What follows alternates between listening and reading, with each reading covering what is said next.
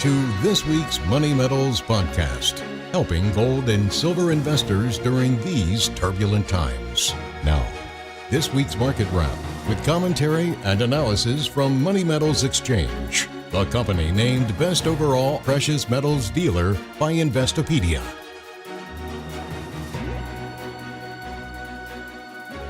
Welcome to this week's Market Wrap podcast. I'm Mike Leeson. Gold and silver markets are kicking off trading for the fourth quarter with a long-awaited rebound, although they are giving back a good chunk of those gains here today on a better-than-expected jobs report and fears of more rate hikes. The gold market is up 2.5% this week to bring spot prices to $1,710 an ounce. Meanwhile, silver shows a weekly gain of 6% to check in at $20.41 an ounce as of this Friday recording. Turning to the platinum group metals, platinum is up 5.8% since last Friday's close to trade at $933. And finally, palladium is putting in a weekly advance of 2.2% to command $2,293 per ounce. Although it's been a choppy year overall for metals markets, they are showing some outperformance versus financial assets. 2022 is shaping up to be the worst year for a conventional stock and bond portfolio since the Great Depression. Although gold and silver markets haven't exactly generated stellar returns either, they are holding their value better than an S&P 500 index fund or a 30-year Treasury bond. Ironically, the only thing that may save financial markets from additional losses is bad news on the economy. As investors react to the latest jobs report, they are hoping that more signs of a deteriorating economy convince the Federal Reserve Board to pivot away from large rate hikes. So far, Fed policymakers have ignored pleas to stop hiking from fat cats on Wall Street and politicians on Capitol Hill. But now the United Nations is issuing a warning to central bankers. In a new report, the UN says further rate hikes risk triggering an economic crisis worse than the Great Recession of 2008 and the COVID lockdowns of 2020.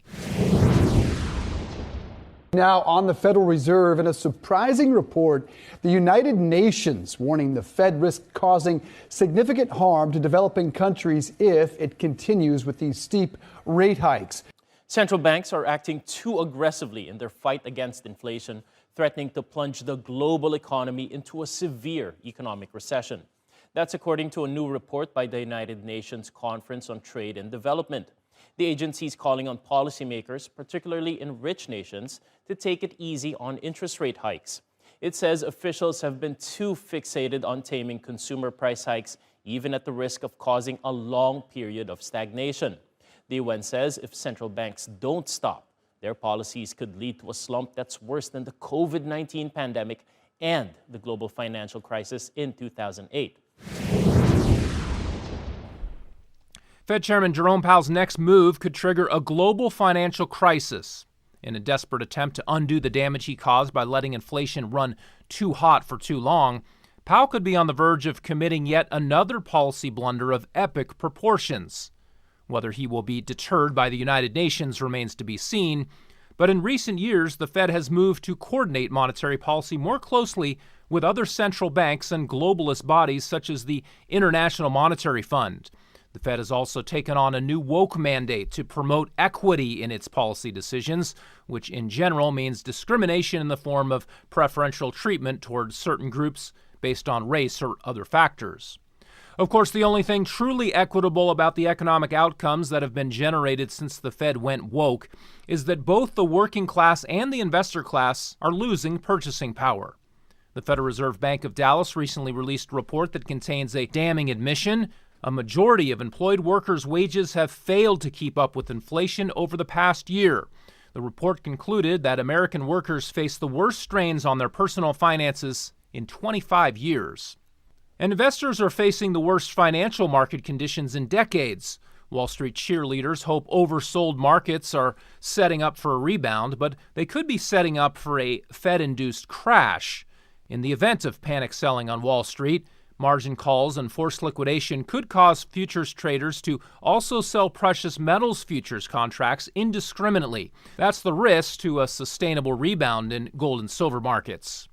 The opportunity is that over time, metals markets should begin to decouple from capital markets. Of course, that's what happened during the stagflation of the late 1970s.